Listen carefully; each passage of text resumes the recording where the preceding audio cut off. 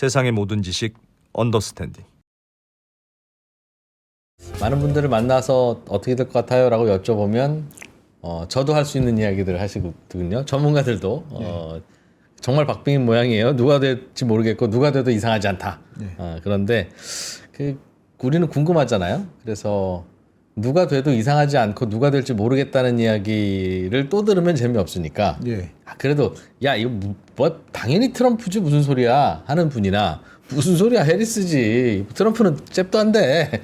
이제 그런 분들은 혹시 없나, 그분들 중에서 뭔가 이제 좀 깊이 있는 분을 찾아보려고 했는데 오늘 마침 이분께서는 민주당의 해리스 후보가 될 가능성이 높으며 그가 될 이유가 수두룩 빽빽이다 라고 말씀을 하시는 분이라서 좀 차분하게 차근차근 좀 들어보려고 모셨습니다. 3프로TV에는 종종 얼굴을 비치시면서 다양한 인사이트를 던져주셨던 신은철 칼럼니스트께서 역시 대세는 언더스탠딩이구나 라는 걸 뒤늦게 아시고 출연을 결정하셨습니다. 어서 오세요. 네, 어서 안녕하십니까. 네, 반갑습니다. 봐요. 내가 이제 3프로TV는 그 언더스탠딩의 그냥 형이긴 한데 요즘은 저희가 좀 더 알아줍니다. 예. 네, 감사합니다. 해리스를 개인적으로 좋아하세요? 아니면 해리스라고 생각하시는 이유가 뭐예요? 생각하는 이유라면은 첫 번째로는 역시 일단은 소수인종의 응집력이 바이든의 만주 당시에 비해서 눈에 띄게 강화가 되었다는 거죠. 첫 번째로는 그 히스패닉계 단체들의 개별 여론조사 결과를 보니까 뭐 7개 경합주든 전국 단위든 보면은 해리스의 히스패닉 지지율이 4년 전 대선 당시에 바이든보다도 높습니다. 예를 들어서 한 주에서 바이든이 2020년 대선 당시에 69% 정도의 지지를 받은 걸로 나왔는데 해리스가 똑같은 주에 히스패닉 지지율을 77%까지 높였다든가 이런 식으로 나왔다 보니까는 사실 전국 수치에서부터도 이미 60몇 대 30몇으로 해리스가 우세한 걸로 나타났고 그와 거의 똑같은 여론조사 결과가 실은 며칠 전에 유력 언론에서 한번 나왔죠. ABC 뉴스와 입소스 여론조사 결과입니다. 64대 34쯤으로 나왔을 뿐더러 히스패닉 남성과 여성의 지지율 격차가 거의 의미 없는 수준이었다는 거죠. 60%를 넘겼다는 겁니다. 히스패닉들 중에서 여론조사를 하면 최근 들어 제가 이 말씀을 또 왜 드리냐면은 최근 들어서 흑인 남성만 주목을 받는 게 아니라 실은 언론들이 히스패닉계 남성의 표심도 굉장히 중요한 변수로 꼽고 있습니다. 그런데 모든 여론조사 결과에서 그런 현상이 공통적으로 나타나지는 않는다는 것이고 첫 번째로, 두 번째로는 사실은 2022년 중간선거 당시에도 미국 언론들이 히스패닉 지지율 격차를 언급하면서 민주당의 중간선거 전망을 굉장히 비관적으로 봤습니다. 그러니까 히스패닉 지지율 격차 좁혀진 것이 레드웨이브 전망의 한 근거였다는 거죠. 그런데 당시에도 보토나 라티노였던 가는 히스패닉계 사회가 여론조사를 별도로 실시하고 그 결과를 발표를 했길래 봤더니만은 조 바이든 대통령의 호감도가 절대로 낮지 않았다. 거의 60% 정도였던 걸로 기억을 하거든요. 그리고 연방 상원 쪽에서도 민주당 현역이나 후보에 대한 지지율이 60%를 넘겼던 것으로 기억을 합니다. 실제로도 그런 결과가 나와서 네바다에서 캐서린 코테즈 메스토 상원 의원이 재선구지에 올랐죠. 전망과 다르게. 그런 게 있다는 겁니다. 그 다음에 흑인 같은 경우는 흑인 남성의 표심이 뭐 중요하긴 합니다. 왜냐하면은 그 성별 격차가 있거든요. 그러니까 흑인 남성의 민주당 지지율은 높아도 80 몇 %인데 반해서 흑인 여성 지지율이 90%를 가뿐히 넘기는 경우가 다반사입니다. 민주당 지지율. 그렇다 보니까 두 젠더의 지지율을 합산했을 경우에는 민주당의 흑인 지지율이 90%를 넘긴다는 거거든요. 그런데 바이든이 완주했을 당시에 퓨 리서치 센터의 조사 결과를 보니까 당시에도 흑인 남성과 여성의 지지율이 60%대였습니다. 그러니까 격차가 크지 않았다는 거죠. 9월 들어서 조사를 했을 당시에는 해리스의 지지율이 두 젠더 모두 80%를 넘겼을 뿐더러 격차도 10% 미만이었다는 겁니다. 그 말인즉슨 뭐 당연히 또 며칠 전에 발표된 ABC 뉴스 입소스 같은 그런 여론조사 결과와 마찬가지로 실제로 흑인과 남성의 여론조사 격차도 크지 않을 수가 있다. 또 하나 해리스가 출마한 이래로, 그러니까 바이든을 대체하고서 7월 말에 출마를 한 이래로 30세 미만 흑인 여성의 유권자 등록률이 눈에 띄게 증가를 했습니다. 그 현상이 나타나고 있는 경합주가 다름이 아니라 조지아와 노스캐롤라이나거든요. 유권자 등록을 해야 투표를 할 수 있어요. 예, 미국은 그렇습니다. 뭐 신분증이나 그런 것들을 지참을 해서 관공서 같은 데에 가서 서류를 작성하고 자기가 실제로 그 사람이라는 걸 확인을 받아야 미리 예, 유권자 등록을 할 수가 있습니다. 그렇다 보니까 운전면허증 같은 것도 발급받기 빠듯할 정도로 이제 형편이 어려운 저소득 노동자들 같은 경우는 뭐 유권자로 등록을 하지 못하거나 등록을 해도 투표를 못하는 경우가 많은데 그나마 최근에는 사전 투표 등이 확산이 되고 있다 보니까 예. 그런 분들도 참여하기가 용이해졌기 때문에 투표율이 오르고 있다 이렇게 보시면 되는 거죠. 결국은 작년 대선에 바이든이 될 때 바이든을 지지했던 지지자들 예. 그 계층을 들여다보면 이번에는 그분들은 당연히 해리스를 지지는 하는데 예. 그 지지의 밀도나 집중도나 그게 더 높다. 예. 예전에는 그분들의 80%가 바이든 지지하다가 요즘엔 90% 지지하는 것 같다. 해리스를. 예. 심할 의미예요? 경우에는 한 50몇 % 정도까지 바이든의 흑인 지지율이 연성하기도 했었거든요. 그런데 해리스는 그 변수를 대번에 해소를 했다는 겁니다. 그런데 왜 그분들만 조사를 해요? 여론조사는 그분들을 포함해서 미국의 유권자의 스탠다드에 맞춰서 표본을 만들어야 그는데 그런 조사를 하는 의미나 이유는 뭡니까? 아무래도 전국 단위 조사를 하면서 뭐 한국 갤럽과 마찬가지로 1,000명을 표본으로 잡는다 치면은 히스패닉과 흑인을 합친데 300명도 안 됩니다. 그러겠죠. 표본 수가. 그런데 뭐 순수 절대 인구수라든가 등록 유권자의 수를 보면은 그렇게 표본을 집계를 해서는 사실은 각 주의 인구 비례에 맞추기도 쉽지 않아지거든요. 예를 들어서 자 미시간이나 펜실베이니아는 10몇 %이니까 그렇다 쳐도 뉴욕도 흑인 인구가 많고 버지니아도 20%쯤 됩니다.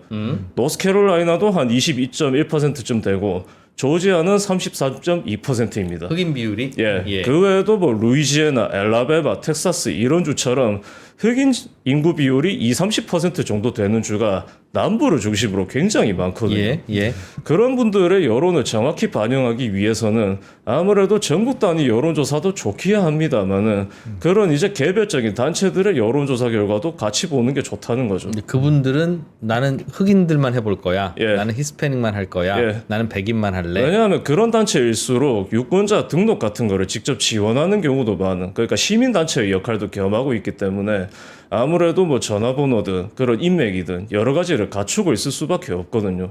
그렇기 때문에 4년 전만 하더라도 뭐 전화든 인터넷이든 백인 노동자들하고 소통하는 것부터 힘들다. 이런 문제를 직접 이제 시인했을 정도로 문제가 많은 전국 여론조사보다는 그런 것도 같이 보는 게 좋다는 거죠. 그래. 그래서 예전에는 맞아요. 공화당 지지자들은 여론조사 하기가 컨택이 잘 안 돼. 그래서 여론조사 하고 나면 그들이 쓱쓱 빠져 있는 경우가 많고. 예. 그래서 여론조사를 하면 공화당이 별로 안 나오는데 실제 투표하고 나면 공화당 표가 숨어 있는 게 많이 나오는. 예. 그 보정이 필요하다는 얘기는 하는 것 같더군요. 여론조사 업체들이. 예. 그런데 아무튼 최근에 하는 여론조사를 보면 해리스의 긍정적인 것들이 나온다. 그 데이터들이 보시기에도 충분히 신뢰하고 그런 거예요? 예, 뭐 하워드 대학의 7개 경합주 출신 그러니까 그 유권자 조사에 있어서도 사실 유형을 보셔야 되는데 크게 세 가지로 나뉩니다. 성인, 등록 유권자, 그다음에 투표할 의향이 있는 유권자로 나뉘는데 왜 이렇게 분류를 하게 되어 있냐면은 유권자로 등록했다고 해서 반드시 투표를 하지를 않습니다. 그래요? 예, 그렇다 보니까 등록 유권자 대상 여론조사이더라도 별도로 표본수가 당연히 적을 수밖에 없습니다만은 이 투표할 의향이 있는 유권자 대상 여론조사도 실시를 하게 되어 있거든요. 그래서 이제 이 사람들 대상 여론조사를 지금은 특히 며칠 안 남았기 때문에 보시는 게 더더욱 중요하다. 투표할 의향이 있다고 이야기한 분들. 네, 이런 분들일수록 투표 의사를 영어로 하자면 absolutely 같은 게 붙어버리거든요. 나는 거의 무조건 투표할 것이다. 이런 분들이기 때문에 세 가지 유형 중에서도 이 마지막 투표할 의향이 있는 유권자 대상 여론조사 이거를 보시는 게 좋다는 겁니다. 근데 그 여론조사 결과로는 요즘 어떻게 나오고 있어요? 마침 그 마리스트 칼리지라고 공영 라디오 그다음에 공영 방송 서비스 있지 않습니까? PBS 이 두 곳과 여론조사를 같이 실시하는 사립 칼리지가 하나 있습니다. 마리스트 칼리지라고 여기가 지난주쯤에는 애리조나, 네바다, 노스캐롤라이나, 뭐 조지아 그러니까 남서부와 남동부 쪽 경합주 여론조사 결과를 발표를 했는데 이번에는 동북부와 중서부의 러스트벨트, 그러니까 미시간, 펜실베이니아, 위스콘신 이쪽 여론조사 결과를 실시하고 발표를 했습니다. 대상은 투표할 의향이 있는 유권자입니다. 보니까 이제 미시간은 해리스가 51%의 지지율을 기록을 해서 트럼프 전 대통령을 3%포인트 차이로 앞섰고 예. 펜실베이니아와 위스콘신은 동률입니다. 해리스 50대 트럼프 48 이렇게 나왔거든요. 그런데 이 여론조사 결과에 있어서 흥미로운 점은 30세 미만이나 소수 인종의 해리스 지지율이 아까 제가 말씀드린 것과 다르게 낮게 나왔습니다. 30세 미만 지지율만 하더라도 60% 미만이거든요. 그 정도면 사실 굉장히 낮게 나온 겁니다. 거의 2016년 대선 당시의 힐러리 클린턴 전 국무장관과 비슷한 수치거든요.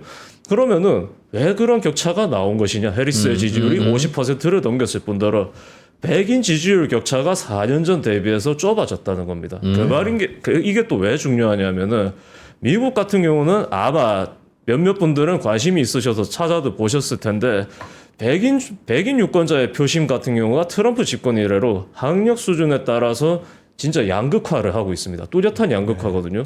그러니까 고졸 백인은 뭐 세인트루이스 연준도 그렇고 여러 기관이나 언론들이 통상 백인 유체 노동자로 분류를 합니다. 이 사람들은 뭐 최대 70대 30 아니면 낮아도 67대 33 수준으로 트럼프 전 대통령을 지지하게 되어 있고 예. 대졸 백인 그러니까 고학력 백인들은 남성 같은 경우에는 그래도 아직은 공화당 지지율이 조금은 높긴 합니다만은 그 표차가 46대 51 이 정도 수준으로 과거에 비해서 많이 좁아졌습니다. 참고로 원래는 고졸 백인이 민주당을 지지를 했고 대졸 백인이 반대로 공화당을 많이 지지를 했거든요. 아까 이프로님께서 말씀하신 안 잡히는 공화당 지지층 유형이 대개 이 대졸 백인이었던 경우가 굉장히 많습니다. 네. 네. 그런데 이 대졸 백인 중에서도 특히 여성들이 이제 민주당 지지율이 60%를 넘길 때도 있을 정도로 민주당으로 많이 넘어왔거든요. 물론 그 원인 자체는 굉장히 복합적입니다. 트럼프 전 대통령을 근본적으로 불신을 하는 것도 있지만은 공화당의 여러 정책이 자기들하고 안 맞아서 등지는 것도 있거든요. 그러니까 아무튼 간에 이렇게 양극화가 된 것과는 별개로 왜 민주당이 그러면은 백인 지지율에서 공화당을 그렇게 바짝 위협할 정도로 좁히지는 못하느냐. 고졸 백인의 비중이 크기 때문입니다. 아직까지는. 고졸 백인을 합치면은 그래도 30% 정도를 넘기거든요. 그런데 반대로 대졸 백인 같은 경우는 두 젠더를 합쳐도 30% 정도가 나옵니다. 그러니까 미세하게 공화당 쪽에서 백인 표가 많이 나올 수밖에 없다는 거죠. 예. 그렇기 때문에 민주당이 아무래도 또 중서부니까 동북부의 공업주니까 소수인종 인구가 증가하고 있다고 하더라도 그 폭이 서부나 동부 해안가 혹은 10년 전쯤부터 미국 경제의 새로운 거점으로 떠오르고 있는 남부보다도 작을 수밖에 없습니다. 예. 그 말인즉슨 백인 인구가 더 많다는 것이고 뭐 여론조사라든가 출구조사라든가 실제 투표자의 비중에서도 백인이 그만큼 절대적으로 압도적일 수밖에 없거든요. 그렇기 때문에 민주당의 고민이 트럼프 집권 이래로 그것이었습니다. 대졸 백인이 설사 계속해서 규합을 한다 쳐도 우리가 결국에는 공화당을 지지하는 지역이어도 백인 노동자 거주지에서도 최대한 표를 많이 받아와야 러스트벨트 주에서 승산을 높여볼 수가 있다. 그런 맥락에서 사실은 티멀즈 주지사를 미네소타 주지사를 부통령으로 발탁을 했고 예. 뭐 시골과 소도시에서도 조직을 뭐 구축을 하고 그 지역 출신 운동원들을 모집을 해서 정당한 보수를 주면서 활동을 하게 한다든가 이렇게 하고 있는데 사실 미지수죠. 개표 결과가 나와봐야 그리고 4년 전이나 8년 전과 비교를 해봐야 민주당의 이 전략이 성과를 거뒀는가 안 거뒀는가를 알 수가 있지 않겠습니까? 또 하나 어떤 문제가 있느냐 하면은 그 트럼프 전 대통령 지지층의 응집력을 해리스의 당선을 전망하는 것과 별개로 제가 그렇게 뭐 낮게 평가한 바는 없습니다. 왜냐하면은 8년 전에도 이미 뭔가 좀 구원자 같은 그런 이미지를 가지면서 나왔을 뿐더러 이제는 그런 메시아 이미지가 완전히 굳어졌기 때문에 트럼프가 흥미를 잃었다고 하더라도 이 사람들에게 트럼프 전 대통령은 절대적으로 신뢰할 수밖에 없는 사람인 겁니다. 거의 유일한 거거든요. 백인 노동자들일수록 그런 경향이 뚜렷합니다. 왜냐하면은 공화당 같은 경우는 원래부터 그러니까 1850년대 중엽에 창당된 이래로 휘그당이라는 정당의 기치를 이었던 정당답게 친기업 성향이었거든요. 그렇기 때문에 역사적으로 노동자들이 휘그당이나 공화당을 그다지 좋아하지는 않았습니다. 더군다나 당시에 북동부의 상공업자 세력들을 대변을 했다는 것은 필연적으로 미국 건국의 결정적인 주역 중에서 하나인 영국계 이민자, 그러니까 앵글로 섹슨에 치우쳐져 있다는 것 아니겠습니까? 그런데 유용만 하더라도 왜 19세기 말려부터 친민주당 성향을 드러내기 시작을 했느냐? 그런 영국계 앵글로 섹슨계 이민자들한테 반감을 가질 수밖에 없는 아일랜드계 이민자들이 뉴욕에 많이 정착을 했고 노동자로 일을 하면서 살아가게 되었기 때문이라는 겁니다. 그 후에도 이탈리아계, 독일계, 그러니까 가톨릭계여서 역시 또 앵글로색슨계와 안 맞는 사람들이 또 많이 정착을 했거든요. 그런 역사적인 문제가 있다 보니까 이제 껄끄러웠던 것과는 별개로 민주당은 또 어떤 문제가 있었냐 하면은 크게 두 가지입니다. 첫 번째로는 린든 베이스 존슨 전 대통령이 케네디 암살 사건 직후에 대통령직을 승계한 후에 민권법을 추진하지 않았습니까? 그렇다 보니까는 사실은 우리가 남부의 백인들만 그런 인종 통합 정책에 반대를 했다라고 알 수가 있는데 그게 아닙니다. 남부 같은 경우는 짐크로법이라는 제도를 아예 만들어서 시스템적으로 흑인들을 차별을 하고 배척을 했습니다만 많은 북동부 같은 경우는 그것보다는 덜 노골적이어도 그러니까 암묵적으로 흑인을 배척하는 경우가 굉장히 많았습니다. 학교부터 그랬거든요. 그렇기 때문에 북동부에서도 그런 정책이 있었습니다. 버싱 정책이라고 해서 버스 뒤에 ing를 붙인 거거든요. 흑인 학생들을 백인 학생들도 다니는 그러니까 중산층 거주지에 있는 고급 학교에 다니게 하는 게 아예 법원의 판결을 받아서 정부의 강제적인 정책으로 추진이 되게 된 겁니다. 그렇다 보니까 북동부의 백인들도 원래는 민권법을 지지했습니다마는 이건 아니지 하면서 들고 일어나기 시작을 했거든요. 그런데 그것과 별개로 더 강경한 이제 반감을 드러냈던 세력이 다름이 아닌 백인 노동자들입니다. 왜냐하면 원래는 취업도 하고 살아야 되니까 뭐 디트로이트면 디트로이트, 뉴욕시면은 뉴욕시의 이제 항만 노동자 이렇게 이제 대도시의 살구들이 있었는데 흑인들도 그런 이제 공화당의 우경화 행보에 대항을 해서 인종 폭동까지 급기야 벌이는 지경에 갔다 보니까 대도시에서 살 수가 없게 되었다는 겁니다. 그래서 대도시를 떠나서 주변 근교 지역에 이제 정착을 했는데 민주당이 가만히 보니까 이 흑인들만 챙기고 자기들의 치안이나 이런 걸 안 챙기려 하는 것 같다는 겁니다. 그런 것 때문에 이제 돌아는 섰지만은 공화당으로 돌아서고는 싶었지만 아까 말씀드린 친기업 플러스 알파로 자유무역 진흥 정책 때문에 그렇게 많이 돌아서지는 않았거든요. 그게 사실은 2012년에도 버락 오바마 전 대통령이 그 여론조사 전망이라든가 언론의 예측을 비교적 수월하게 뒤집고 이긴 비결입니다. 그런데 트럼프 전 대통령 같은 경우는 보호무역으로 나갔죠. 그러면서 뭘 하게 됐느냐 하면은 자유무역을 똑같이 지지하는 공화당 민주당과 순식간에 차별화를 하게 됐다는 겁니다. 백인 노동자의 지지를 받으면서 거기에 플러스 알파로 대기업에 대해서도 굉장히 적대적인 포지션을 취했거든요. 2016년에는 아예 공화당의 대선 공약에 월스트리트 규제안이 포함이 되었을 정도입니다. 그리고 자기가 그런 이제 언더독 비주류 사업가 출신 이미지를 이용을 해서 무슨 약속을 했느냐, 내가 집권을 해서 백악관에 입성을 하면은 그 사람들의 돈이나 인맥에 연연하지 않고 여러분들이 원하는 정책, 당신들을 위한 정책을 소신껏 단호하게 밀고 나가겠다. 그럴 경우에는 그동안 공화당의 전통적 지지층인 친기업, 자유무역을 지지하는 분들은 트럼프의 등을 돌리거나 그렇지는 않았어요? 당시에는 꼭 그렇다고 보기는 힘들었던 게 힐러리 클린턴 전 국무장관이 영부인 시절부터 워낙에 안티가 많았던 분이다 보니까 특히 공화당 지지층일수록 그런 게 좀 강했거든요. 그렇다 보니까 자유무역 정책에 대한 우려 때문에 트럼프를 지지하지 못하는 것과는 별개로 어쨌든 그래도 공화당이 집권을 하면은 좋으니까 알겠습니다. 아까 말씀하신 분들은 그래도 트럼프를 찍었고 그랬다는 거죠. 결국 우리나라 정치인들도 집토끼는 어차피 내 토끼니까 양쪽이 다 중도 파먹기를 하려고 하는데 트럼프도 그거 했다는 뜻이군요. 맞습니다. 남의 토끼 좀 잡아오는 걸로. 아주 많이 잡아왔습니다.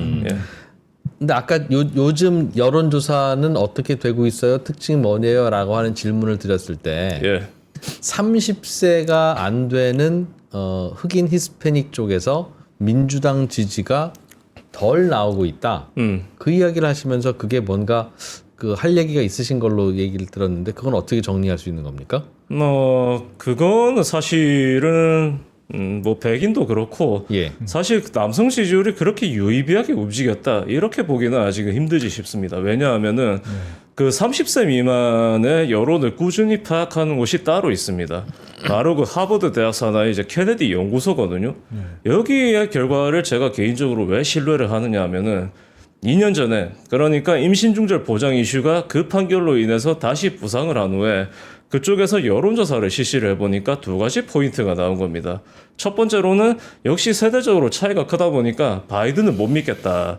호감도 아니면 직무수행 긍정평가가 39% 정도였거든요. 그런데 그와는 별개로 임신중절 보장이라든가 기후변화에 대한 대응이라든가 여러 이슈 때문에 자기들은 공화당을 지지할 수가 없다. 그래서 이제 민주당 쪽으로 이제 치우쳤다는 조사 결과가 나왔는데 여기에 플러스 알파로 그래서 우리는 중간선거 때 민주당을 지지하기 위해서 투표를 더 적극적으로 하겠다. 그래서 이제 2020년 대선보다야 낮았습니다만은 18년 중간선거 당시와 비교하면은 22년 중간선거의 30세 미만 투표율이 그렇게 낮지만은 않았거든요. 그리고 이분들 같은 경우는 아무래도 그 대학 교육을 받은 것도 있고 해서 트럼프를 근본적으로 싫어하는 경우가 굉장히 많습니다. 근데 그와 별개로 바이든의 발언 스타일 같은 게 자기들하고 너무 안 맞다 보니까 정서적으로 이제 일치하지가 않았던 것인데 해리스는 상대적으로 젊을 뿐더러 알고 보면은 2년 전부터 임신중절 보장이라든가 총기 규제 같은 그런 이슈들을 자기가 직접 얘기를 하고 다니면서 젊은 세대들을 설득하고 규합하는 역할을 맡아왔거든요. 바이든이 알고 보면은 그거를 맡겼습니다. 그리고 그 역할을 하면서 쌓아왔던 경험이라든가 인맥 그런 것들을 이제는 대통령 후보로서 활용을 하기 시작을 했고 젊은 세대들도 그녀한테 열광을 하면서 다시 뭉치고 있다는 거죠. 그럼 민주당 지지층일 수 있는데 넓게 보면 예, 바이든의 자체가 별로 정도 안 가고 호감도 안 가서 아유 뭐 투표를 해라고 하던 그 친민주 계열의 뭐 중도로도 분리되던 그런 분들이 예, 해리스가 후보가 됨으로써 이분들이 더 붙었다. 예, 예전에 지난 선거 때 트럼프가 가운데에 있던 백인 그 근로자들 노동자들 표 가져간 것처럼 예. 요즘 그렇게 갖고 가는 것 같다는 말씀이신 거예요? 아, 예, 그렇게 해석할 여지도 있는데 그거는 조금 이제 중장년 세대 쪽에서 그렇게 보시는 게 좋습니다. 왜냐하면은 65세 이상 같은 경우는 그 리버럴한 베이비붐 세대의 고령 세대 진입 덕분에 사실은 4년 전에도 변수로 떠올랐고 올해도 그렇거든요. 근데 그와 별개로 다른 세대 그러니까 50세 이상이라 하면은 그 연령층을 한번 나중에 구분을 한 거를 보시면은 보통은 18, 29세 30, 39세, 40, 49세, 50에서 64세, 65세 이상 이렇게 나뉘거든요. 예, 예. 그 연령으로 보면은 50에서 64세와 65세 이상이 보통은 공화당을 지지하는 세대입니다. 그런데 이 50, 64세 세대의 지지도 왜 공화당이 장담하기가 힘들어졌느냐? 50세 이상 남성들은 변함없이 트럼프 전 대통령을 지지합니다.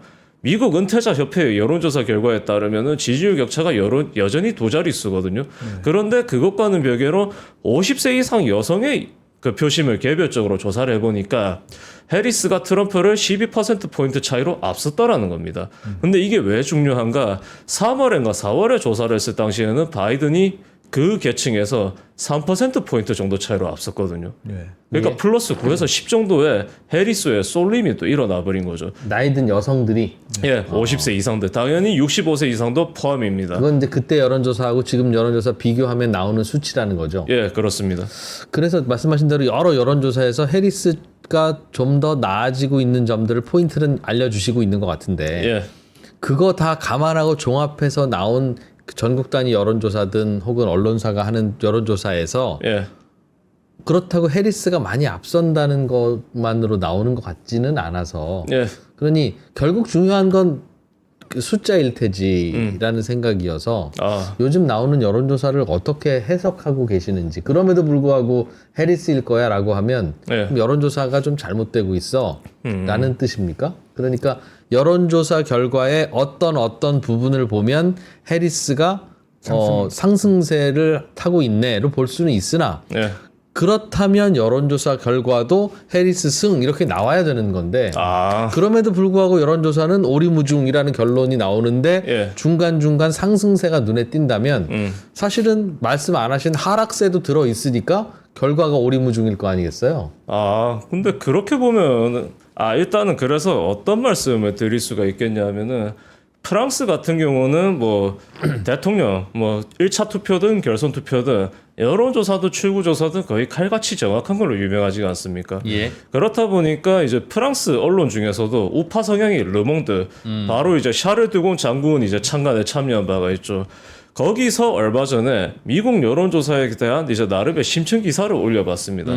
그랬더니만은 올해에만 그랬던 게 아니고 2022년에만 그랬던 게 아니고 미국 여론조사는 거의 항상 부정확했더라는 겁니다. 어느 쪽으로 틀리든 민주당 쪽의 표가 과대든 공화당이 과대든 예. 하여튼 잘 못 맞더라. 예, 안 맞는 경우가 진짜 많더라는 겁니다. 그런데 사실 그럴만도 한 게 한국 같은 경우는 정말 뭐 우리가 이름도 다 알고 있어서 정파로 치우쳤다 이 정도가 아니면은 예. 사실 그래도 여론조사 심의위원회 심의를 한번 거쳐서 결과를 공표를 하게 되어 있기 때문에 예. 표본 모집부터 굉장히 엄격하게 할 수밖에 없습니다. 그런데 미국의 연방선거위원회는 그 정도의 권한이나 자금을 가지고 있지 못하거든요. 무슨 말인가 하면은 여론조사 결과를 어떤 대학이든 언론사든 실시를 했으면은 그냥 심의를 받지 않고 발표를 해버리면 그만입니다. 근데 이게 왜 문제가 될 수밖에 없느냐 하면은 미국에는 슈퍼팩이라는 그 선거 조직이 있지 않습니까? 후보가 공식적으로 합류를 하지 않더라도 후보를 지지하는 걸로 해서 그 후보의 명의로 무제한 자금을 기부를 받고 그 자금을 선거 광고든 여론조사든 다양한 경로로 쓰는 그 조직이 있지 않습니까? 예, 예. 보니까 해리스 쪽 슈퍼팩들은 가만히 보니까 그 여론조사 결과를 실시하는 경우가 적은 반면에 트럼프 쪽 슈퍼팩들이 여론조사를 굉장히 적극적으로 실시를 하고 있다는 겁니다. 이게 왜 문제가 되느냐? 그건 어떻게 알 수 있어요? 트럼프 쪽 538에 접속을 해보시면은 아예 빨간색 도형으로 표시가 되어 있습니다. 친트럼프나 공화당 쪽이라고. 민주당이면은 푸른색 도형으로 이제 표시가 되어 있겠죠. 여론조사 실시 기관에 예, 그렇게 표시가 되어 있습니다. 그런 538라는 게 무슨 그 538 있지 않습니까? 네이트 실버가 과거에 창립하고 네. 이끌었던 여론조사 기관. 거기가 지금은 ABC 뉴스 산하에 들어가 있거든요. 그와 별개로 바락 오바마 전 대통령의 이제 당선과 재선을 마침으로써 아주 큰 주목을 받았던 그 가닥이 있다 보니까 올해에도 큰 주목을 받고 있어서 언급을 한번 해보았던 거고 이코노미스트가 또 며칠 전에 사실은 해리스의 당선 확률을 50%. 근데 이게 전날 대비 6%포인트 상승한 수치였거든요. 왜 그렇게 잡았는가 하면은 여론조사 결과가 많이 나온 것도 있지만은 그 아까 말씀드린 그러니까 538에서도 도형으로 표시가 되지 않는 여론조사 기관 중에서도 한 곳이 트럼프의 지지율이 유달리 높게 나온다는 겁니다. 뭐 트라팔가나 라스무센하고 비슷하게 그런 것들의 그런 수치를 조금은 보정까지 하고 보니까 결국에는 그런 여론조사 평균치 같은 경우도 다른 것들과 다르게 우리는 트럼프의 야구세로 보기가 어렵다. 그래서 50대 50으로 본다 이거인 거죠. 그러니까 미국의 여론조사는 자기들끼리 각자 주관적인 지지를 갖고 있는 단체들끼리 빨간 단체, 파란 단체가 각자 자기들 유리한 쪽으로 여론조사를 해서 한 곳에 모아놓으면 그거를 전체적으로 보고 감안을 해서 하여튼 가운데에서 판단을 한다. 예, 근데 거기에 또 거예요? 플러스 알파로 대학이나 공식적으로 활동하고 있는 기관들은 아무래도 중립을 표하는 경우가 많으니까 그렇게 표시가 되기가 어렵습니다만 어떤 문제가 있느냐면 사실은 이코노미스트와 폴리티코가 2년 전에 잠깐 지적을 한 바가 있습니다. 공화당이나 트럼프를 지지하는 보호들이 여론조사 기관을 여론조사를 실시를 하라면서 여러 기관에 자금을 대주는 경우가 굉장히 많아졌다는 겁니다. 공화당과 트럼프 쪽이 예. 굉장히 많아졌다 보니까는 여론조사 결과가 레드 웨이브를 전망을 하고 있더라도 너무 그쪽으로 보지는 말아라라고 했다가 사실은 그 보도를 양측이 더 적극적으로 하지는 않았습니다만은 생각을 해보시면 2년 전에 실제로 레드 웨이브 전망이 맞지가 않았죠. 그냥 응원단들일 것 같은데요. 우리가 오늘 이 시간에서 궁금한 건 판세가 어떻게 돌아가느냐 그게 궁금한 거잖아요. 그렇죠. 그러니까 그런데 해리스 쪽이 좀 더 유리한 것 같다고 보신다면 여론조사의 여러 가지 그 특징들 중에 민주당이 좀 더 예전에 비해서 약진하고 잘하고 있네라는 포인트들도 당연히 나오겠죠. 똑같이 나오는 게 아닌 한. 그러나 전체적으로 50대 50으로 나온다는 건 예전에 민주당이 잘하던 부분에서 까먹는 부분도 있으니까 그게 50대 50이 나오는 거잖아요. 제 말이 뭐가 통찰력 있는 게 아니라 그건 산수잖아요.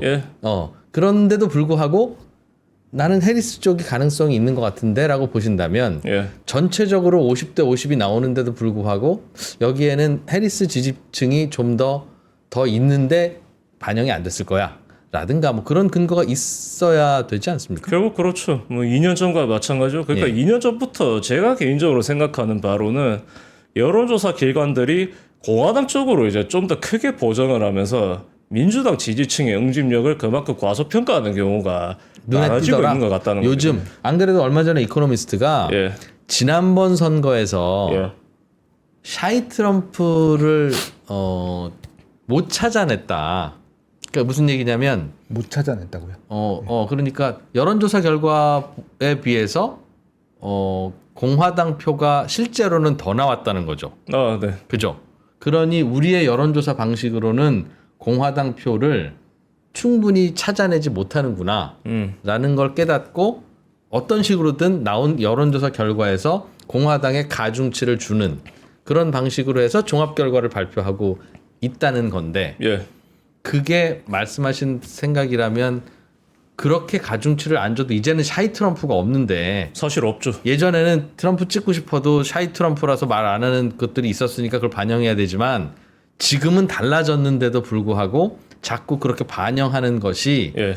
최종적으로는 50대 50으로 나와 있지만 실제로는 이게 괜히 반영한 공화당 그 가점이 있으니까 실제 표를 해보면 공화당이 그렇게는 안 나올 것이다라는 그 말씀이에요. 예, 그렇습니다. 그리고 샤이 트럼프 같은 경우는 제가 이제 뭐 조금 이제 말씀을 드리자면은 사실 샤이 트럼프라는 게 반은 맞고 반은 틀립니다. 예. 왜? 근데 사실은 더 단호하게 말씀을 드리자면은 거의 하나도 안 맞습니다. 왜냐하면은 트럼프 전 대통령의 지상전이라면은 양당의 전통적인 작전과는 많이 다릅니다. 대도시나 근교 같은 인구가 많고 투표를 꾸준히 하는 사람들의 거주지를 돌아다니는 게 아니라 투표를 안 하면서 정치에다 환멸을 쌓아두고 있던 백인 노동자 거주지.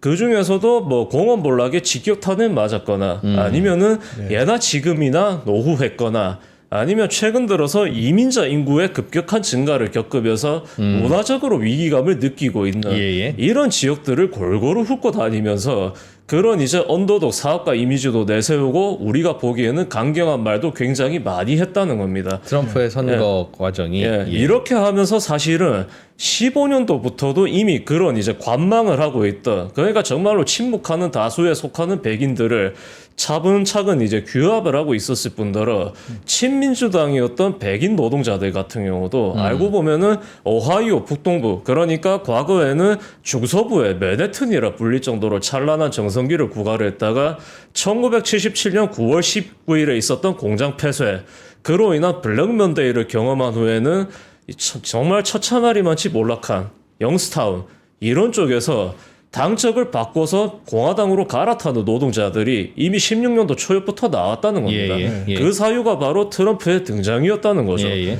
그리고 그분들이 비단 오하이오만 있었던 게 아니라 미시간, 펜실베이니아, 위스콘신 등 여러 주에도 있었다는 겁니다.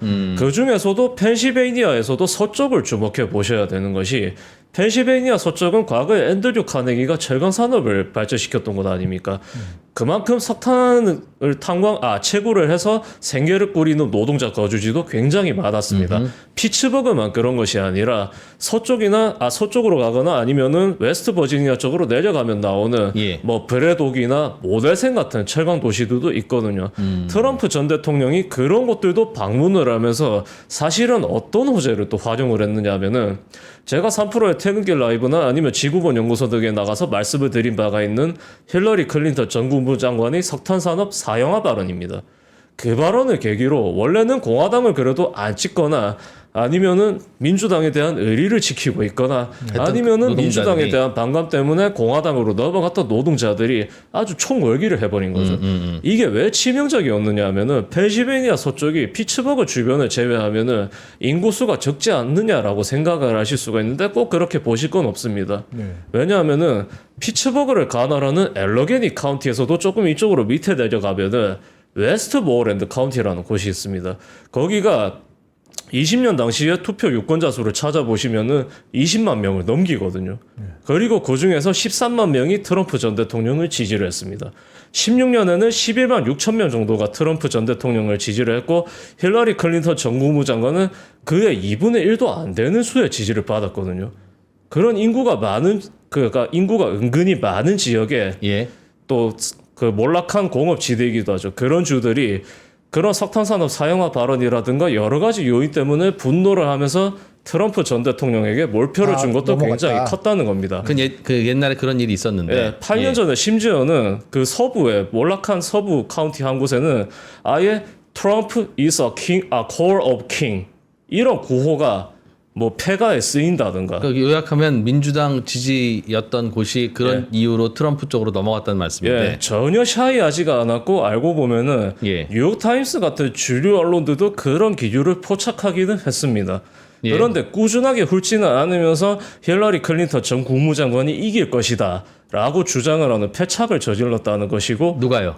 주류 언론들이 주류 언론들이. 그 예. 패착이 사실은 2016년 대선 결과로 드러나 버렸다는 거죠. 근데 그게 이번 선거에서 그 의미하는 바는 뭡니까? 8년 전과는 다를 수가 있다는 거죠. 왜냐하면은 마리스트 칼리지 같은 경우도 전국 여론조사와 마찬가지로 뭐 소수 인종이나 30세 미만의 해리스 지지율이 낮은데 백인 지지율 격차가 한 자릿수까지 좁혀졌다는 거죠. 요즘요? 예, 가장 최근에 나온 여론조사 결과가 그렇다는 겁니다. 예. 가장 최근에 원래는 백인 지지율에서도 누가 앞섰어요? 당연히 공화당이 앞서죠. 공화당이 앞섰는데 그 정도가 줄어들고 있다. 예, 예.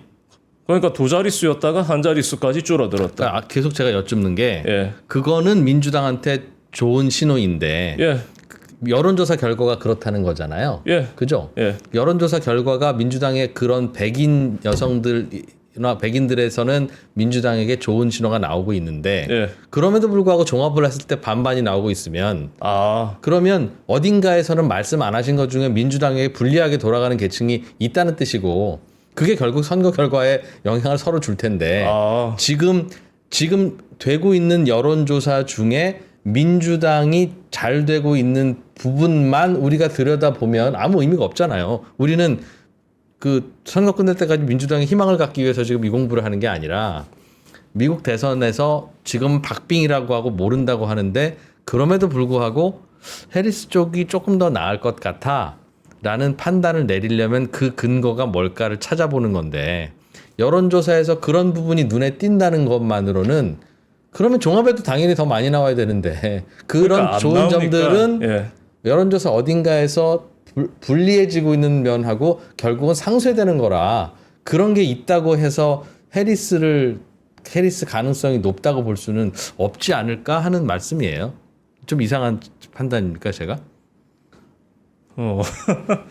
그러면 지금 50대 50이 나오고 있으니까 까봐야 하는 거고 모르는 건데 예. 그럼에도 불구하고 해리스가 맞는 것 같다 예, 라고 한다면 해리스의 숨은 표가 어디 있거나 예, 트럼프의 뭔가가 과대평가되어 있다고 할 수 있는 근거가 있어야 예. 50대 50이지만 어느 한쪽이 유리해라고 말할 수 있는 것이 아니냐는 거죠. 그런 게 뭔가 근데 눈에 그 띄기는 해요. 말씀은 아까 네. 다 드렸다고 할 수가 있겠습니다. 뭐 소수 인종이나 30세 미만만 하더라도 여론조사 기관만큼의 신뢰성을 가지고 있는 기관들의 개별 여론조사 결과를 이미 말씀을 드렸죠.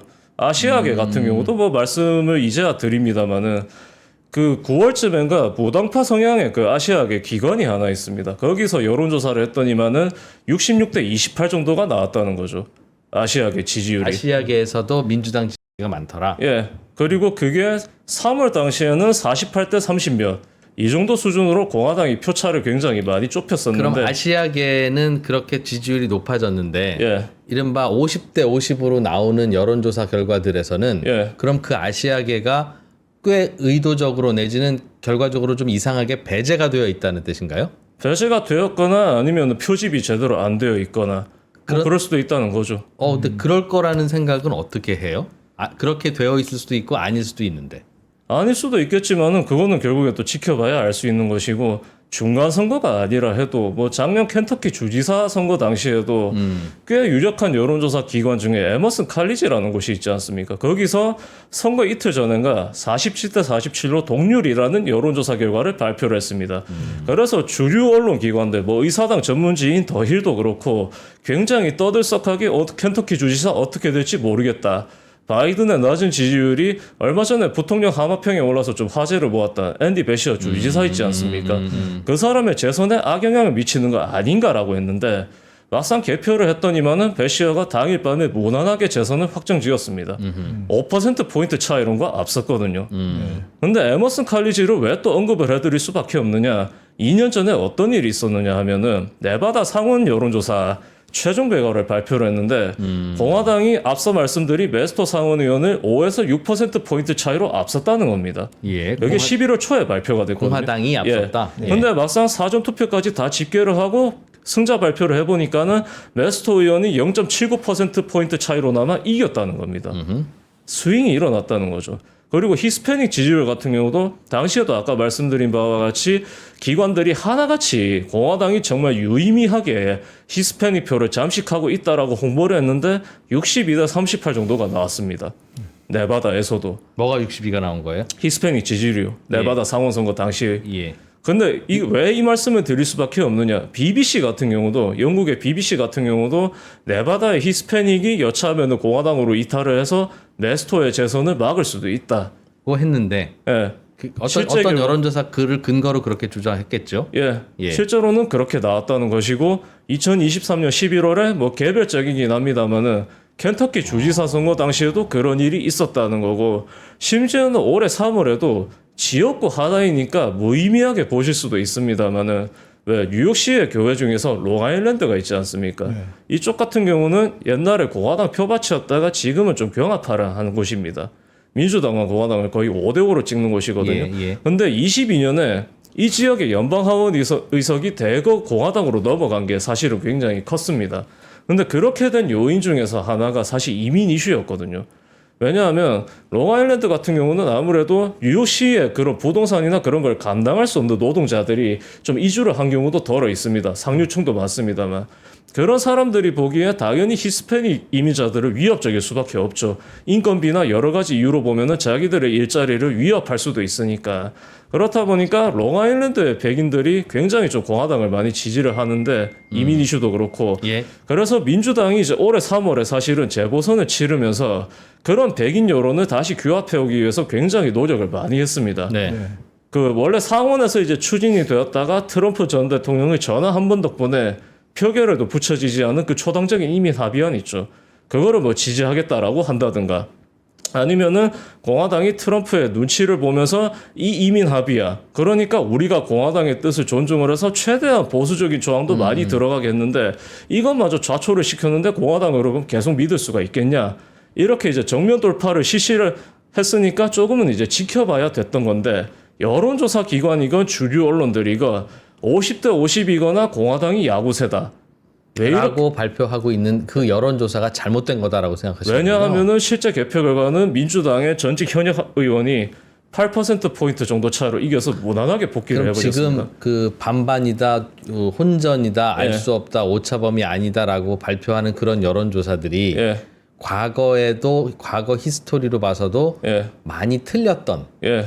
심지어는 공화당 쪽에 항상 우세하게 나왔던 아니 과거에는 민주당 쪽에 너무 우세하게 나왔고 지금은 반대로 공화당에 너무 우세하게 나오는 그러니까 걸 뭔가 수도 어떤 있다. 성향의 문제는 아닌데 예. 능력이 떨어지는 친구들이라 잘 못 맞추더라 자꾸. 예, 보정이 그만큼 안 되는 걸 수도 있고 표본 모집이 힘든 걸 수도 있고 그럼 여러 문제가 지금- 있을 수 있겠죠. 지금 나타나고 있는 다양한 여론조사들은 예, 기본적으로 오차가 많다. 어느 쪽으로 오차인지는 모르겠는데 예. 오차가 많은 거라서 예, 이거는 일단 크게 비중은 두지 말고 무시해야 되는 거고. 그렇죠. 그럼 우리는 데이터가 하나도 없는 건데 예, 그럼 어디서 이걸 보지라고 할 때 각 계층들이 어떻게 변화하고 있는지를 하나하나 모아서 예, 균합적으로 합쳐봐야 예, 그래야 뭔가 어떤 변화가 그동안 있었는지를 오히려 더 알 수 있지. 그렇죠. 여론조사는 볼 게 아니야라는 말씀이군요. 예, 조금은 많이 무가치해지지 않았나 미국의 여론조사가 저는 이렇게 봅니다. 그러니까 전국 단위 종합조사가 신뢰도가 굉장히 낮다라고 예, 보신다는 그렇게 거죠? 보는 거죠. 그리고 르몽드가 그거를 직접 얘기를 한 거죠. 낮아지고 기사를 따로내서. 있다고? 네. 원래 낮았고 올해도 모른다 이런 식으로 아예 얘기를 해버렸다는 거죠.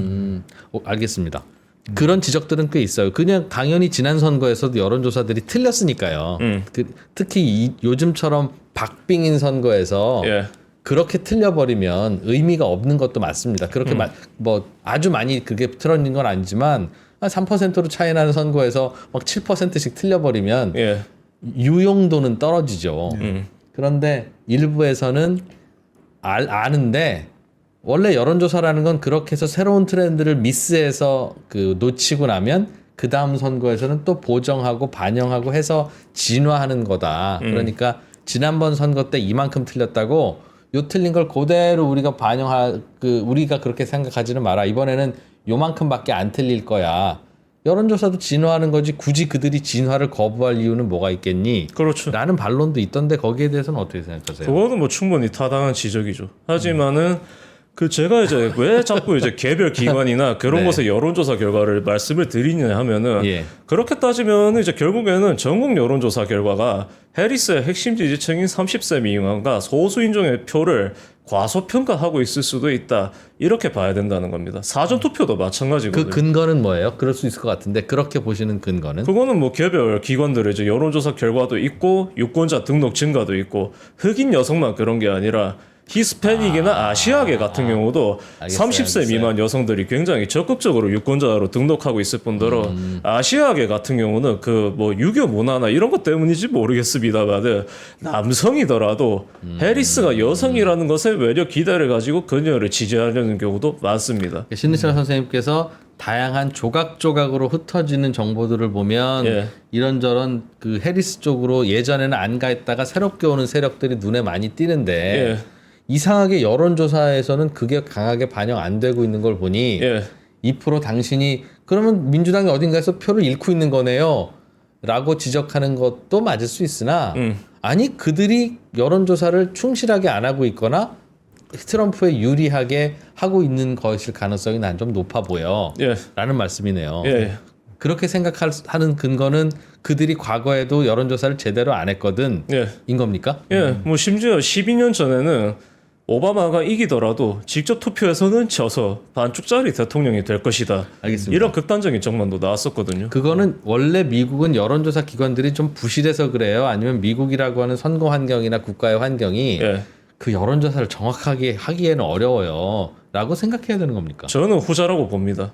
일단은 순수 인구 자체가 3억 3천만 명이고 등록 유권자 수도 제가 알기로는 어림잡아도 2억 명을 넘기게 되어 있거든요. 예. 그리고 또 어떤 문제가 있느냐 하면은 흑인들 같은 경우도 대도시나 대도시 근교 혹은 시골 소도시에 거주를 하는 흑인 그다음에 똑같은 시골 소도시여도 어느 지역의 어느 주에 거주하느냐에 따라서 여론이 미묘하게 다릅니다. 예. 그러니까 뭐 노스캐롤라이나의 시골이나 소도시에 거주하는 흑인들 같은 경우는 반대로 아메리칸 드림을 이루고 싶다 보니까 트럼프의 주장에 동의하는 경우가 많고 북동부의 시골이나 소도시인데 옛날에 공업으로 나름 잘 나갔던 지역에 사는 흑인들은 그런 공업도시 출신 노동자라는 면모도 가지고 있다 보니까는 다 그 면에 있어서도 트럼프를 싫어하는 경우도 많습니다. 그렇기 때문에 각 주별 여론조사 결과가 그만큼 중요하다는 거고 그나마 다행히도 위스콘신의 마케트 대학 뭐 펜실베이니아의 뭐 필라델피아 인콰이어러 이런 이제 신뢰할 만한 대학이나 기관들이 자신들 지역에서 또 개별적으로 여론조사를 실시하고 발표하기도 합니다. 예. 그런 것도 이제 같이 보시면은 좋다는 것이고 자 흑인들은 그렇습니다. 그럼에도 불구하고 전국 조사를 보시면은 그래도 민주당이 지지율 90%를 기대할 수가 있겠죠. 그럼 히스패닉은 어떤 문제가 있느냐? 출신 국가죠. 멕시코계나 푸에르토리코계나 도미니카계 이쪽 같은 경우는 그래도 민주당을 많이 지지를 합니다. 네. 뭐 텍사스나 캘리포니아에 정착을 했고 공화당의 반이민 정책을 직접 경험을 하면서 돌아선 바도 있거든요. 네. 그 반이민 정책의 여파로 인해서 돌아선 주가 다름이 아니라 캘리포니아입니다. 알고 보면은 옹호 보수 성향이었던 필터 윌슨 전 주지사라는 사람이 반이민 정책을 주민 투표에 발의를 했다가 도리어 히스패닉을 민주당으로 돌아서게 만든 바가 있거든요. 그런데 그러면은 왜 히스패닉의 지지율을 또 민주당에 너무 좋게 볼 수만은 없느냐? 텍사스나 애리조나의 히스패닉들은 멕시코의 영토였던 시절부터 지금 이제 미국 영토가 된 그런 멕시코의 영토였던 시절부터 그 지역에 거주를 했거니와 네. 먹고 살기가 힘든 것도 있고 가톨릭이다 보니까 보수적이기도 해서 원래는 공화당을 찍었던 경우가 굉장히 많습니다. 아니면 지금은 공화당을 안 찍거나 민주당도 아예 안 찍으면서 관망을 하는 경우도 굉장히 많거나 아니면 텍사스 같은 경우는 조지 W. 부시 전 대통령이 처음으로 출마를 했던 2000년 당시에 아예 30세 미만이어도 공화당을 선호하는 경우가 굉장히 많았습니다. 예. 그다음에 플로리다 같은 경우는 쿠바, 니카라과 혹은 베네수엘라의 이민자들이 냉전 시기나 근래에 정착한 경우가 많고 하나같이 사회주의 독재 체제를 경험을 했기 때문에 친사회주의 딱지를 가지고 있는 민주당을 근본적으로 혐오할 수밖에 없다는 거죠. 알겠습니다. 그 여론조사라고 하는 게 미국은 과학적이 힘들어서 예. 혹은 뭐 여론조사를 하는 기관들의 성향이 워낙 다양해서 예, 그거 제대로 잘 걸러보지 않으면 미스할 수 있는 게 많다. 그렇죠. 그래서 나도 불편하지만 이런 통계들을 보고 나름 정리하는 거야. 예, 라는 말씀인데 예. 이거 좀 신뢰될 수 있는 질문이긴 한데 예, 그러나 미국의 언론들 또는 혹은 베팅 사이트도 있잖아요. 아, 거기에서는 아무튼 정확하게 하고 싶을 거 아닙니까? 그들은 정확한 뭔가를 알고 싶을 거 아니에요. 오늘 이 프로가 정말 저 정확하게 알고 싶어요 선생님이라고 말하는 것처럼 그런 분들은 신 선생님이 생각하시는 그런 포인트를 생각을 못해서 자꾸 놓치고 있는 걸까요? 지금 베팅 사이트는 트럼프라고 하고 있거든요. 배팅 사이트는 뭐 며칠 전에 큰 돈 걸린 건 아닐 수 있겠습니다만 자기 돈 거는 건데 그러면 말씀하신 여론조사가 미국은 좀 어렵기도 하고 다양하게 편향도 있고 그러니 그건 다 걸러서 봐야 되고 하나하나 이런 조각들을 좀 살펴봐야 돼라는 것을 반영한 결과는 혹시 아닐까요? 아, 근데 그 베팅 사이트는 어떻게 예. 보면 조금은 잘못 말씀하신 것이 그 폴리마켓이라는 곳에 트럼프 예. 예측이 얼마 전에 급격히 높아지지 않았습니까? 그게 급기야는 월스트리트 저널의 이제 기사로도 나왔고 한국 기사로도 나온 걸로 아는데 예. 극소수의 친트럼프 유저 4명인가가 거금을 쏟아부었는데 그 총액이 3천만 달러 정도가 됩니다. 절대로 작은 그래서 돈이 아니죠. 알겠습니다. 그럼 마지막에 그럼 그 어떤 조작이든 예, 혹은 뭐를 통해서라도 예, 우리가 이기고 있어라고 예. 이제 공화당 쪽에서도 뭐 그런 여론조사가 나오고 민주당 쪽에서 그런 여론조사가 나오게 하면 예. 이기고 있다고 주장하는 게 결국 선거에서도 유리할까요? 즉 어찌 보면 이기고 있다고 하면 이기나 보다 나는 투표 안 하러 가도 되겠네라고 지지자들이 결집을 안 할 수도 있고 거꾸로 그렇죠. 그럴 수 있을 것 같아서 예. 굳이 그렇게 하는 게 도움 되나 싶은데요. 아, 사실 그런 면에서 보면은 해리스가 클린턴보다도 좀 많이 훌륭합니다. 왜냐하면 클린턴 전 국무장관 같은 경우는 어느 정도로 오만했는가 하면은 위스콘신 경선을 마친 후에 4월 7일인가 마친 걸로 기억을 하는데 그러면은 이제 2016년 대선이 11월 8일인가 실시가 됐거든요. 예. 거의 7개월 정도의 시간이 있지 않습니까? 그 기간 동안 위스콘신은 한 번도 안 갔습니다. 위스콘신이 1988년부터 2012년까지 대통령 선거를 하는 동안 민주당을 쭉 찍었으니까 자기 남편을 2번 포함해서 말이죠. 어차피 나 찍을 거 아니냐 하면서 안 갔다가 그렇게 이제 큰 코를 다쳤다는 겁니다. 물론 그 큰 코를 다친 이유는 뭐 백인 노동자의 이탈만은 아니라 다른 이유도 있습니다만 네네. 예. 그래서 이제 해리스 같은 경우는 그거를 복귀를 했고 사실 민주당이 제가 기억하는 바로는 4년 전에도 여론조사 표차가 계속해서 크게 나오니까 조금 안심을 했던 면이 있었던 것 같습니다. 근데 해리스 같은 경우는 지금 어떻게 하고 있느냐 하면은 그런 여론조사 결과를 홍보를 하면서 자기를 계속해서 언더독 후보로 내세우고 있습니다. 어디를 가든 진짜 초박빙이다. 내가 확실히 앞서는 게 아니다. 그러니까 지지층이건 당 조직이건 자만하지 말고 투표해라. 사전 투표하고 그다음에 우리를 지지할 수 있는 사람들을 어떻게든 찾아내고 설득도 해서 투표를 하게 해라. 그 사람들을. 그리고 할 수 있으면은 온라인이든 뭐든 간에 자금 기부도 하세요. 이렇게 하고 있다는 거죠. 그런데 공화당 지지자들은 그렇게 박빙이라고 해야 지지자가 모이는 걸 몰라서 예. 그냥 자기 돈 털어서 버팅 사이트의 상황을 조작하고 있다고 보시는군요. 꼭 그렇지만도 않은 게 풀뿌리 지지층들 같은 경우는 변함없이 그래도 트럼프 전 대통령으로 뭉치고 있습니다. 그러니까 트럼프 캠프의 산하 조직격인 슈퍼팩, 그다음에 중앙당 선거 조직이 또 있습니다. 공화당 전국위원회라고 해서 여기서도 이제 자금을 모으게 되어 있거든요. 이 세 개 단체 조직의 그 실적을 합산을 해보면은 트럼프 전 대통령이 그래도 9월 한 달 동안에도 1억 6천만 달러 정도를 모금을 했습니다. 그리고 모금자 중에서도 98에서 99% 정도가 풀뿌리, 그러니까 소액 기부자였거든요. 예.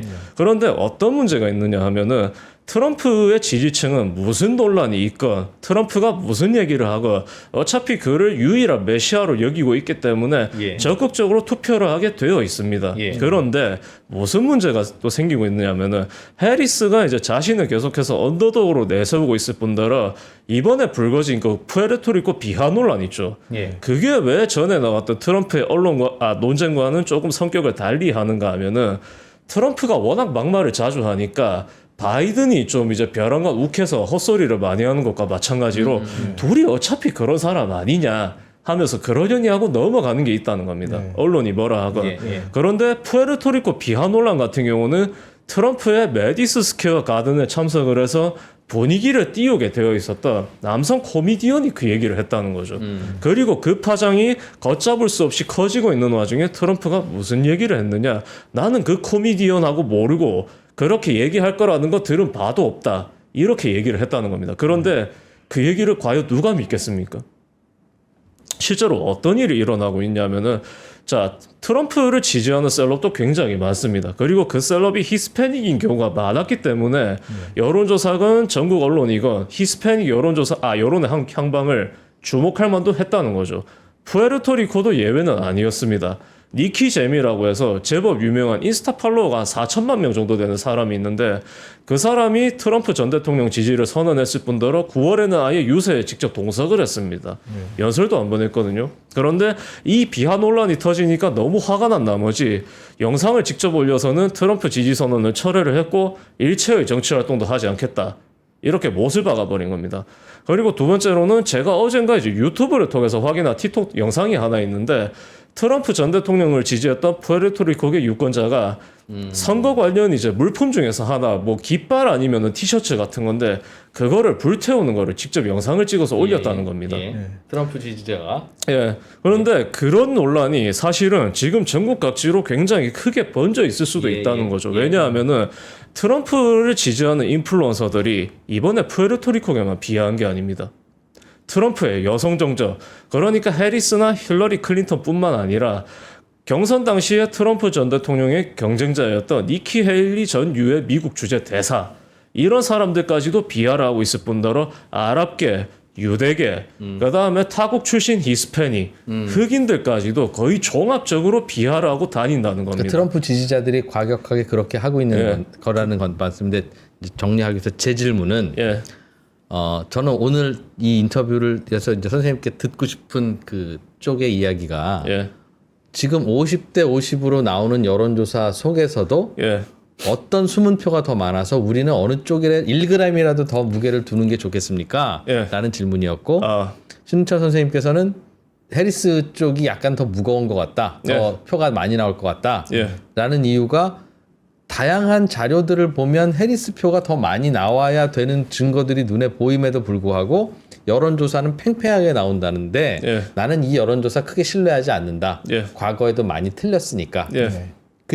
그래서 제가 드린 질문이 그런데 선생님처럼 진짜 미국에서 누가 대통령 될지를 궁금해하는 사람들도 많을 텐데 그럼 그분들은 어떤 방식으로 본인이 추정할까요? 특히 베팅 사이트는 돈 걸린 건데 거기서도 트럼프가 많다고 하는 건 본인들도 여론조사는 믿지 않으면서 다른 증거를 찾아서 나는 트럼프가 될 것 같아라고 한 거 아니겠습니까? 그렇죠. 그럼 이 사람들은 선생님이 하시는 기법들을 잘 모를까요? 라는 질문을 드렸더니 그들은 트럼프가 잘 나가는다는 걸 강조하기 위해서 심지어는 베팅을 더 일부러 자기 돈 써서 하는 거고 트럼프가 잘 된다고 괜히 그렇게 꽹가리 치는 언론들이나 여론조사가 많아요. 라고 말씀을 하시길래 예.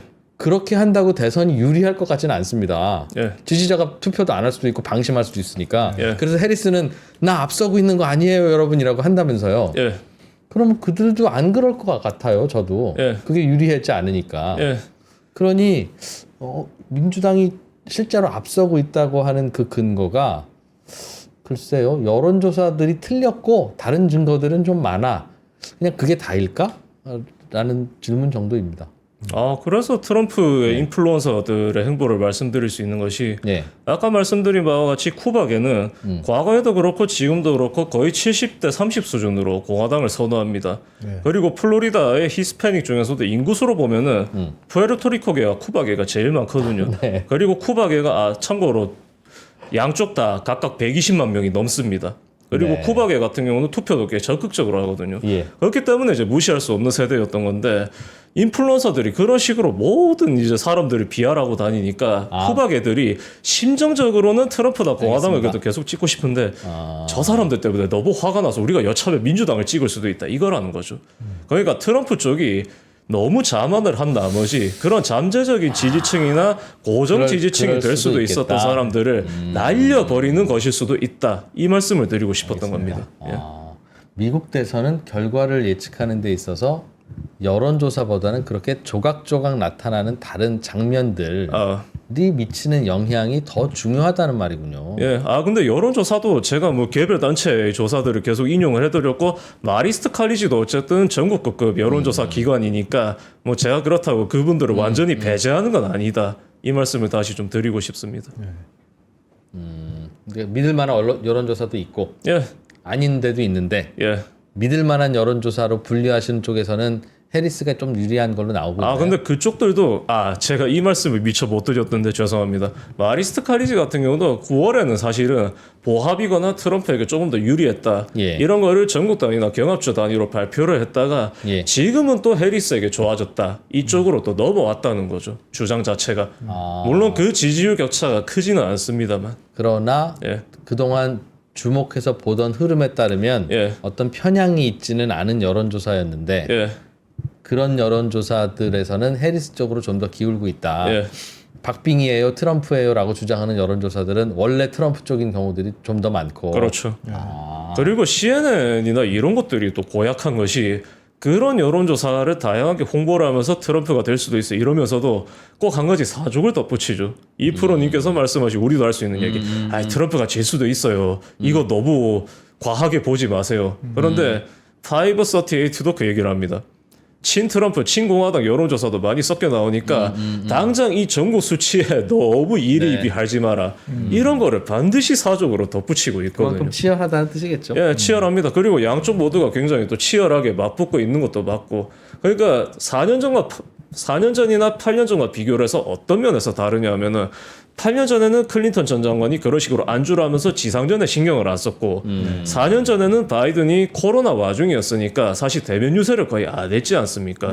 역시 지상전을 소홀히 해서 사실은 지지층을 많이 못 규합한 것도 있습니다. 그런데 지금 같은 경우는 트럼프 전 대통령이 뭐 대도시건 근교건 시골이건 소도시건 물론 이제 이 대도시 쪽의 비중이 더 높아졌긴 하죠. 레디스 스퀘어 가든만 하더라도 결국에 민주당 표밭이 뉴욕에 있지 않습니까? 높아졌다 하더라도 결국에는 지상전을 계속 하고 있는 겁니다. 전용기를 운용을 해서도 차를 타서도 그런 데를 계속 왔다 갔다 하고 있는 것이고 알겠습니다. 해리스도 마찬가지라는 겁니다. 그런 지역들을 자기가 직접 방문을 하고 있거든요. 그렇게 또 치열하게 지상작전이 맞붙었는데 왜 민주당 쪽으로 한 1g이라도 제가 더 줄 수밖에 없느냐. 노조들이 또 그렇게 하고 있기 때문입니다. 노조들이. 그러니까 국내 언론들도 그렇고 미국 언론들도 그렇고 뭐 전비트럭 운수노조의 중립선언이라든가 아니면은 한때 불거졌던 자동차 노조의 이탈 가능성 이런 것들을 비교적 떠들썩하게 보도를 했고 그럴만도 합니다만은 자 트럭 운수 노조의 회원 130만 명입니다. 퇴직자를 합쳐서 그런데 그 전국 지도부의 방침에 붕괴를 해서 해리스를 지지한 산하 조직들이 그 중에서 100만 명 이상을 동원할 수가 있습니다. 그러면 과연 전국 지도부의 중립선언을 그렇게까지 안 좋은 소식으로 볼 수 있느냐 이거인 거죠. 지역별로 봐도 위스콘신, 미시간, 펜실베이니아, 조지아, 네바다 이런 핵심 경합주의 산하 조직들이 거의 싹 다 해리스로 갔습니다. 그리고 유나이트 히얼 뭐 교사 노조, 그 다음에 미국도 사실은 공무원이 많지 않겠습니까? 그리고 그 공무원들이 단위로 나뉘겠죠. 연방, 주, 그 다음에 주에서도 하위 개념이 이제 로컬. 이 노동자들을 다 아우르는 공무원 노조도 있고 교사 노조도 있고. 그래서 이제 이런 다양한 직렬의 노조들이 회원을 합치면 한 800만 명 정도를 동원을 할 수 있고, 이 사람들이 어디를 빡빡 기어다니고 있느냐? 애리조나, 네바다, 조지아 쪽이라는 겁니다. 공무원도 공무원인데 유나이트 히얼은 호텔이나 카지노 같은 그런 요식업 서비스에서 종사하는 노동자들을 아우르거든요. 그리고 애리조나나 네바다, 특히 네바다 같은 경우는 라스베이거스가 최대 도시이지 않습니까? 그런 분들을 향해서 누가 움직이고 있다는 거예요? 그런 분들이 이제 해리스가 이길 수 있도록 아주 치열한 지상작전을 진작부터 펼치고 있다는 겁니다. 4년 전과 마찬가지로. 그런데 예. 그게 여론조사에는 반영이 안 됐을 수 있다. 예, 바로 그거죠. 그런데 다른 여론조사를 결과를 보면 조금 반영이 된 것 같기도 하다는 겁니다. 왜냐하면은 유고브가 굉장히 다양한 기관들과 여론조사를 실시라고 발표를 하지 않습니까? 지금은 그 사후에, 그러니까 대선이 끝나고 나서 그 유권자들과 직접 전화 같은 거를 해서 실제 의사를 파악하는 기관이 있습니다. CCES인가 하는 이니셜로 줄이면은 그 기관하고 유고브가 10월 1일부터 25일까지 아까 서두에서 말씀드린 그 투표할 의향이 있는 유권자 대상으로 해서 경합주별로 해서 여론조사를 실시하고 발표를 했는데 네바다가 몇 대 몇으로 나오는 줄 아십니까? 해리스 51에 트럼프 46으로 나왔습니다. 다른 전국 여론조사하고 굉장히 다르죠. 혹시 지난번 대선에서는 예. 바이든이 될 걸로 예상을 했었어요? 신 선생님께서는? 예, 저는 그때 애리조나, 조지아도 지켜봐야 된다고 얘기를 했었고, 미시간, 펜실베니아, 위스콘신은 바이든으로 넘어올 가능성이 굉장히 크다라고 얘기를 했었습니다.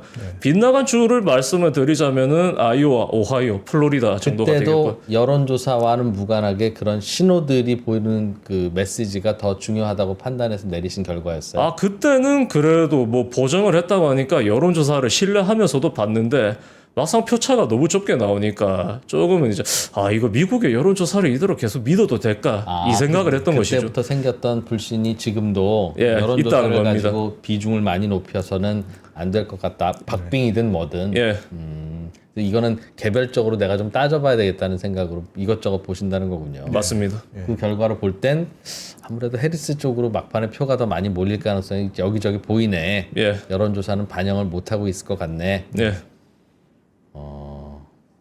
알겠습니다. 좀 설득됐어요. 설득됐어요. 뭐 저야 뭐 누가 돼도 무슨 상관입니까? 내가 뭐 하긴.